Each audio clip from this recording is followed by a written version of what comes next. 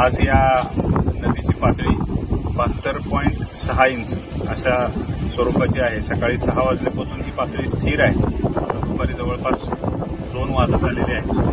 त्यामुळे यापुढे पाण्याची पातळी वाढणार नाही अशी अपेक्षा आहे।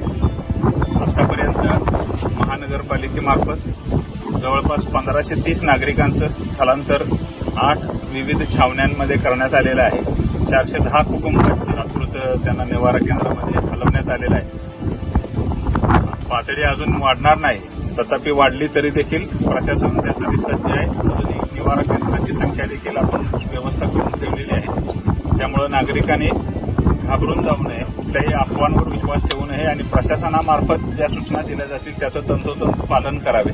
आपण जनावरांसाठी जे छावण्या देखील तयार केलेल्या आहेत, तर त्यामध्ये जनावरांच्या छावण्यांमध्ये आतापर्यंत जवळपास 450च्या पेक्षा जास्त मोठी जनावरं आपण प्रस्थापित केलेली आहेत। छावण्यांमध्ये नागरिकांच्यासाठी सामाजिक संघटना तसेच महानगरपालिका यांच्या मार्फत तिथे जेवण, नाश्ता आणि अन्य आरोग्य सुविधा इतर सर्व व्यवस्था करण्यात आलेली आहे। तसेच जनावरांसाठी देखील शासनामार्फत तसेच काही सामाजिक संघटनांमार्फत चाऱ्याची व्यवस्था देखील करण्यात आलेली आहे।